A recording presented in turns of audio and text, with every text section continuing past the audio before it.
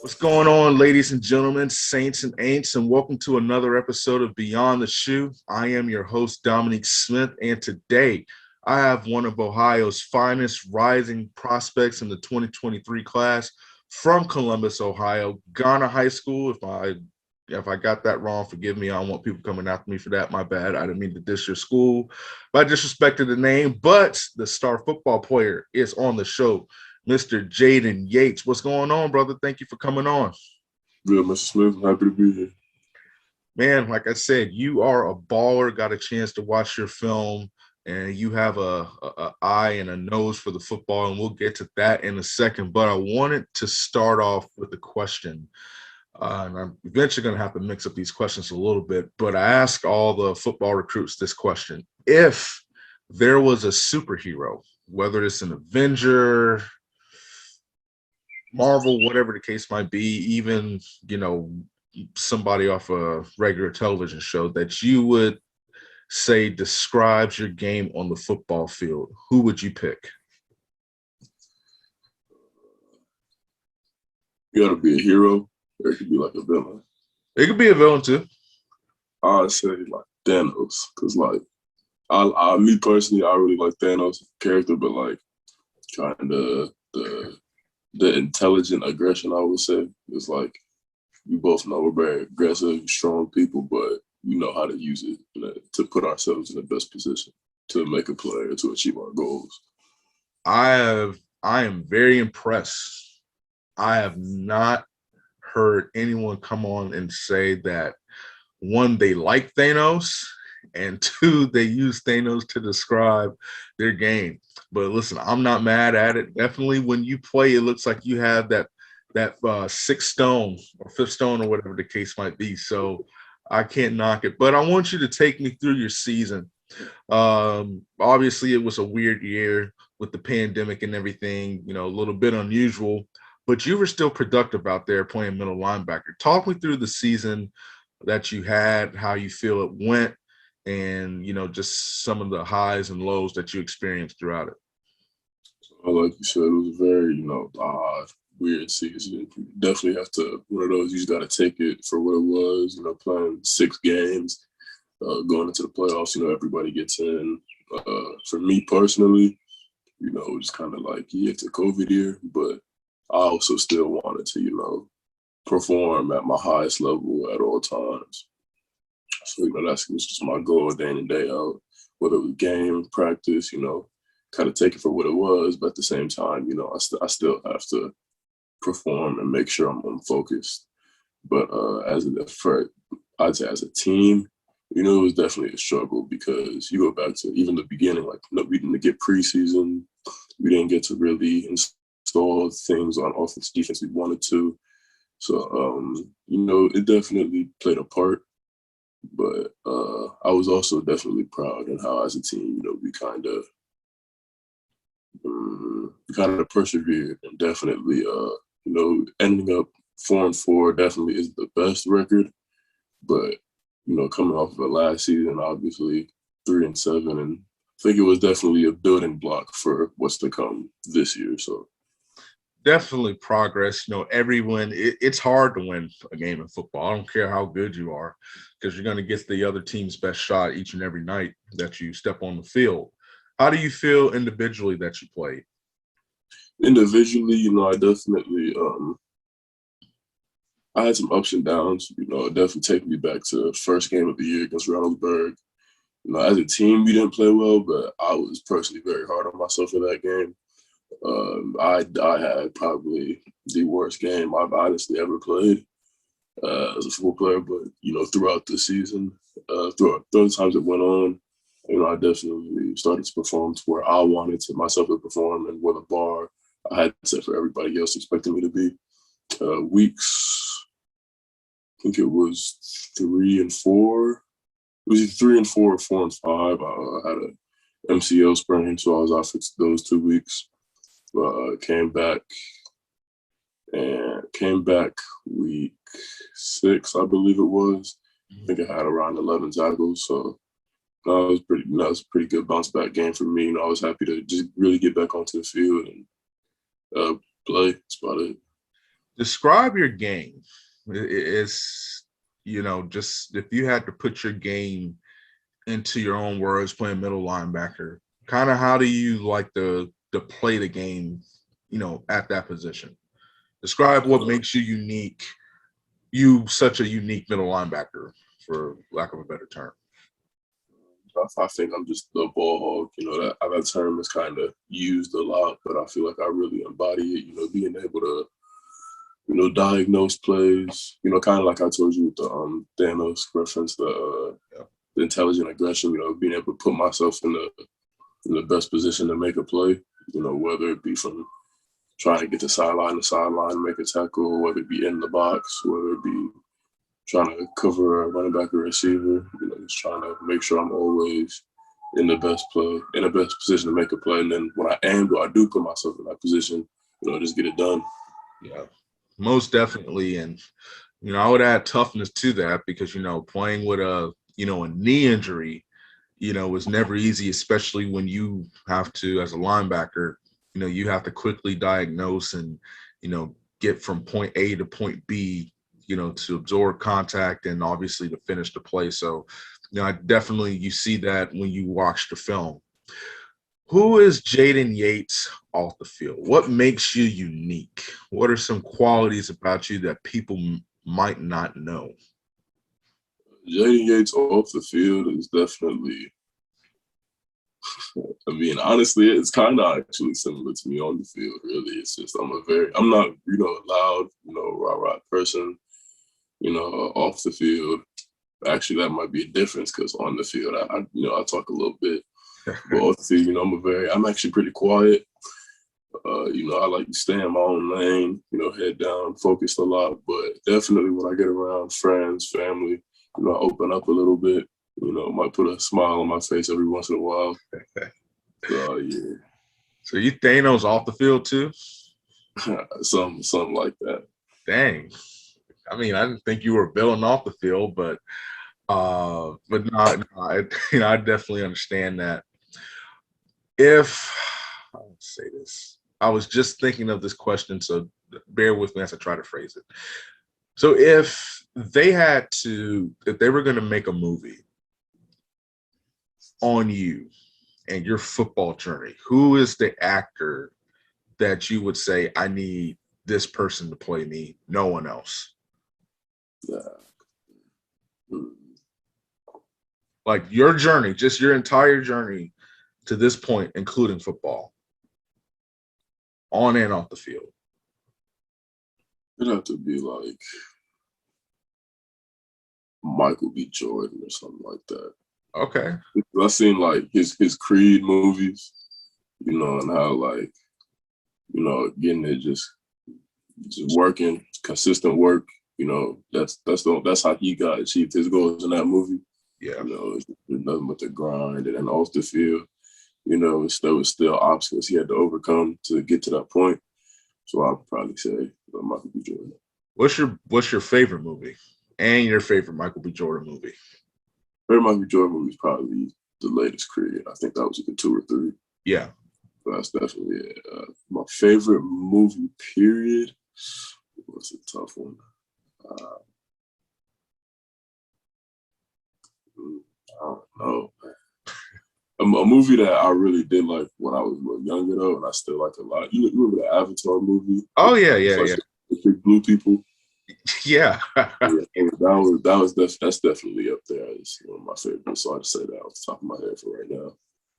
I'm not gonna lie to you; those movies were weird to me. Like I just looked at the blue people, and then it was like I was watching Blue's Clues, so I turned it off.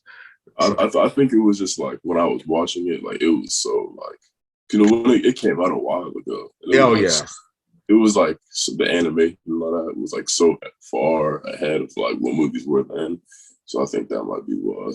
And they had a TV show that was a Avatar: The Last Airbender. I want to say it was on Nickelodeon or whatever the case might be. So, no, I definitely get that. So let's switch gears a minute. Let's talk a little bit of recruiting.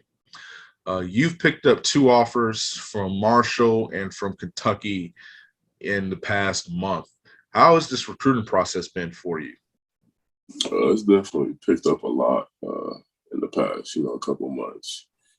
Just on my Ohio State visit yesterday. Thank you to Coach Walsh and the rest of the staff for having me, showing me a great time.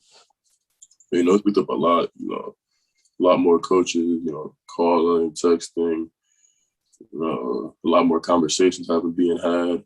Yeah. That, sometimes that it might get a little stressful, having to remember, have to call this coach at, 12, but also have to have a Zoom meeting with this coach maybe at 1:30. Yeah. So just remembering all that and juggling all that, but at the same time, it's kind of what I asked for, the recognition, the connections, the opportunities with these universities and coaches. So, I'm happy about it. How do you balance the stress of it? Because it is, you're only, 16 years old, and you're trying to have some balance of a summer, obviously working out, visiting campus, and trying to maneuver the process and just kind of enjoy your time off before school starts. How do you, find the proper balance to do all of that? I would say that is kind of where, my friends and my parents come into play, because honestly, if it was up to me, I would just, work out all day. Yeah. Go home, eat, sleep, wake up, and do it all again. But that kind of let me know, like, that you still are only 16. Yeah. You still do need to have a life outside of football. So, they definitely try and, break that cycle with me and get me out and, have me still remember that I am a teenager and do things that teenagers would normally do. Yeah. What is it like, been like visiting these campuses? Obviously, you were at Ohio State yesterday, and then you went to Marshall, and I forgot the other. I think you went Cincinnati. Yeah, Cincinnati. What's it been like to finally get a chance to see these campuses and to meet these coaches face to face instead of over the computer and over the phone? It was definitely, a great experience going to all three of those schools. Marshall being the first. I'd actually been to Marshall a couple of times, but so more focused on Cincinnati and Ohio State. Just seeing the differences between the schools, seeing what each school's facilities and campuses have to offer. So, just kind of, and then also the piece where, and face-to-face interaction, getting to know the coaches and the other people on the staff on a, more personal level instead of just through a phone or computer. Yeah. That definitely plays a big part in it as well. Yeah, it definitely does. It's just night and day, when you compare it. Describe what Ohio, you see, I live here in Florida.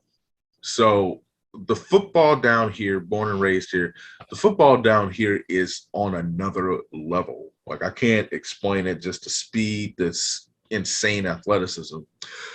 What is Ohio football like? That's one thing I'm interested in knowing. As someone who's played it, when I think of Ohio football, I think of, that old school blue collar, kind of mentality. But from someone who plays in Ohio, can you describe to an outsider, being myself, what it is that makes Ohio high school football unique?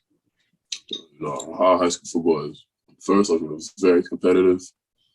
I think we're like number 2 or 3 in the nation for high school football, competitive, like based off of talent level.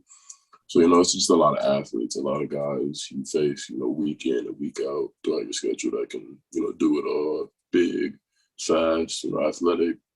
So really just a lot of athletes that you're never really gonna have a week that you can say, oh, we'll easily, beat this team.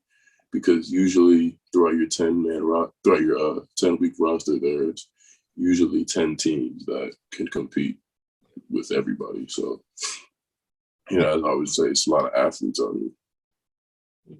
Interesting. Definitely learn something new every day. I know about the main powerhouse programs, but it's always good to hear someone who plays it and lives it, bring a different perspective. So by the time you get to college, the new NCAA game will hopefully, God willing, be out, and you will get a chance to play as yourself on a squad wherever you choose. Have you thought about that? And if you have, just kind of, how crazy is that? When I say that, what pops in your head? Like, you're going to be on, I think this one will be the best-selling game by a long shot because it's just been so long since the last one came out. But you're going to be on a game where millions and millions and millions of people are going to have it, and they're going to play as you and all of that stuff. How crazy is that? Well, actually, I haven't thought about it too much until you just now kind of brought it up now. But then, kind of like I used to play Madden a lot. So you're kind of thinking like I could really be in a game, playing as myself, making plays as myself. Kind of it's just thinking as a kid like I'm in a video game now, or I can even be on the cover of a video game. Yeah. It's kind of crazy to think about. So you're a video game aficionado? A little bit. I moved away from Madden and 2K a little bit. Made me a little too bad. I stopped playing those for a little bit more, but like Call of Duty person now.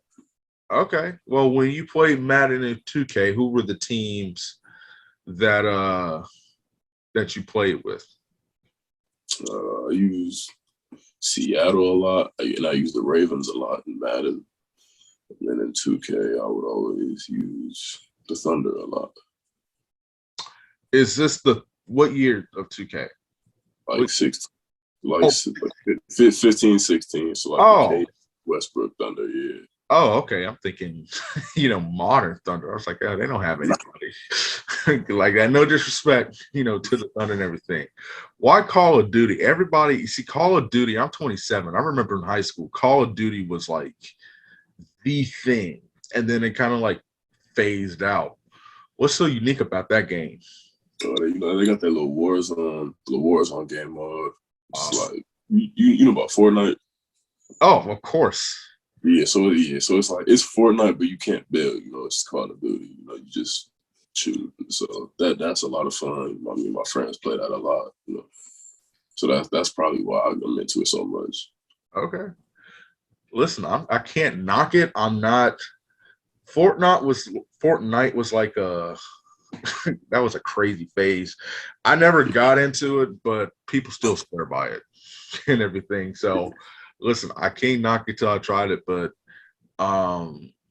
transitioning just kind of to the finish line of this interview, if you will, what can we expect from you this season from football, from a football standpoint to you specifically?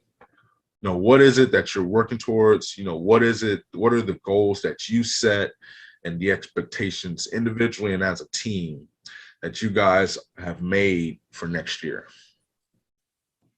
As a team, first, the goal, I feel like every team sets every year, it's that big chip, state championship. If you're kind of hoping or settling for anything less, it's kind of like a why question. Like, why are you not striving for the ultimate goal, the end result for the team? That would be our goal. Me personally, goals I've said, I want to be All-State this year. As a junior All-State. I want kind of solidify with a lot of these coaches, who they think I am, but also who I know I am. Yeah. Me personally as a person, there's Stephon Diggs quote that's been going on Instagram a lot lately. It's like, forget who everybody else thinks you are or wants you to be. Prove to yourself that you are that guy. Like that you are who and think you are, right? Mm-hmm. So kind of just, solidifying to them, but also myself that like, I am him. So like that'd be my goals for this year. I never heard that quote, but I like that quote. Have you guys? Well, I'm going to phrase it. Jonathan Cooper was, former defensive end for Ohio State, current defensive end with the Broncos. He was a 5-star athlete. Has he come and given young athletes like you any advice, or even if he hasn't, are there things that you take away from his recruitment and how he did things and how he handled his business that you can take with you in this process of trying to reach the next level as a player, but also as a team? With him, now with the Broncos, formerly since I've been in high school, him being with Ohio State, traveling a lot, real busy schedule, balancing school and football with him. He hasn't had a lot of time to him personally come down, to the school, to the weight room and talk to us. But a lot of it is kind of through our Coach Ward. A lot of it's kind of passed on to him to tell us. But I remember me and Coach Ward was talking about the other day. When I was a freshman, I came in, doing the weight room. I always, did everything with varsity, lifted varsity, played with varsity. So I remember he was there. And at the time, I was new freshman. I didn't really know who he was. I just thought it was, another real big dude just in there, kind of looking around. So, but later I actually found out it was him. And they were talking about me, just who is he? And Coach Ward was like, he's gonna be the next you, not as in like person or anything, but he's gonna be the next guy out of here that is, top tier guy. So, it's just a lot of encouragement, a bar standard that, to set that he set that, I will try and get over and break that bar and set a new one. So it's good to have him around and know what he's done. Yeah, that's pretty cool, man. And so my last, question. You on tape, you can ball. Do you feel, and some recruits say this, some don't, kind of maybe like a undervalued, underrated prospect, or do the ratings just not matter to you? You just go out and ball. Do you play with that chip on your shoulder to prove, like, listen, I'm one of the baddest, I'm one of the best? Or is it just like, I stay in my lane, it is what it is?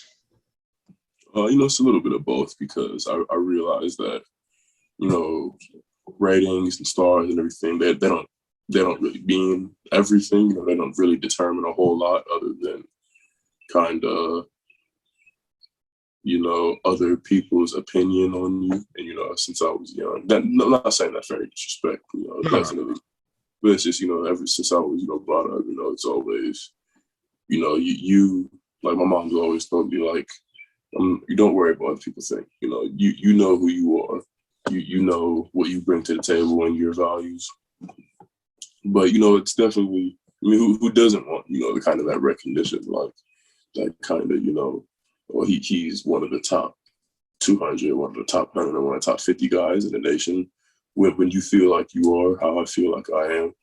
So kind of just going back to the, the proving to me and also proving to other people that I am that guy. It kind of just goes back to that. So I'd say it's a little bit of both of those things. Last question. This will be the last question because it slipped my mind for a second. If there was one food that you had to eat for the rest of your life, what would it be? And if there was one food that you just say we need to get rid of, what would it be? One food probably for the rest of my life, it might have to be chicken. It might be real basic answer, but it definitely has to be chicken. Food, like I said, we could just get rid of. Be like onions and pickles or something. Really? Nah. Okay, well, listen, you got my respect. I am a fried chicken expert. So anybody that comes on the show and says anything good about chicken, you're a 5-star in my book, man. But listen, that's all the time we have for the day. This is another episode of Beyond the Shoe in the books. If you are interested in sponsoring the show, definitely reach out to me via Twitter or shoot me an email, DominiqueSmith77@gmail.com. I would love to talk to you. Jayden Yates is going to have a big season. Be sure to catch him, especially if you are in the Columbus area, and we will see you next time.